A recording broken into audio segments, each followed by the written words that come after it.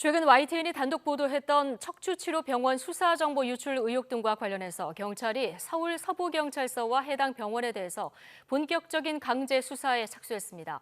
경찰은 당시 부실 수사 가능성이 높다고 보고 다른 경찰서로 수사를 넘겨 사실상 전면 재수사에 나선 겁니다. 윤태인 기자입니다. 경찰이 지난 8월 해당 병원에 대한 압수수색에 나서기도 전에 수사 정보가 병원에 유출된 정황도 포착됐습니다. 경찰 수사관들이 병원 사무실 안을 수색합니다.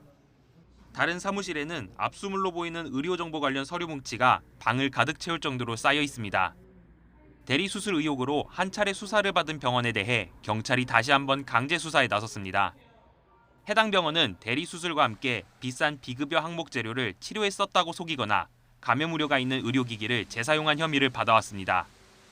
그런데 수사 과정에서 압수수색 정보 등이 미리 새어나갔다는 의혹이 제기됐고 부실 수사가 의심되자 전면 재수사에 돌입한 겁니다.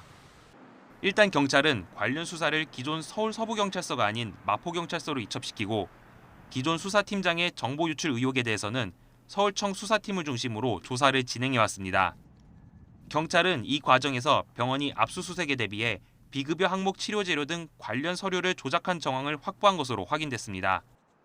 이에 병원 관계자를 증거인멸 혐의로 추가 입건하고 휴대전화 등 관련 자료를 압수했습니다.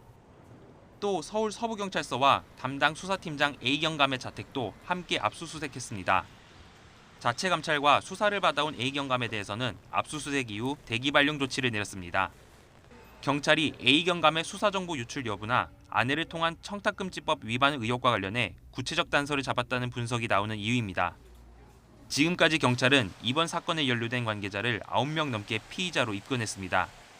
만약 압수물 분석 과정에서 현직 경찰의 비리 증거가 구체적으로 포착될 경우 수사는 더욱 확대될 전망입니다. YTN 윤태인입니다.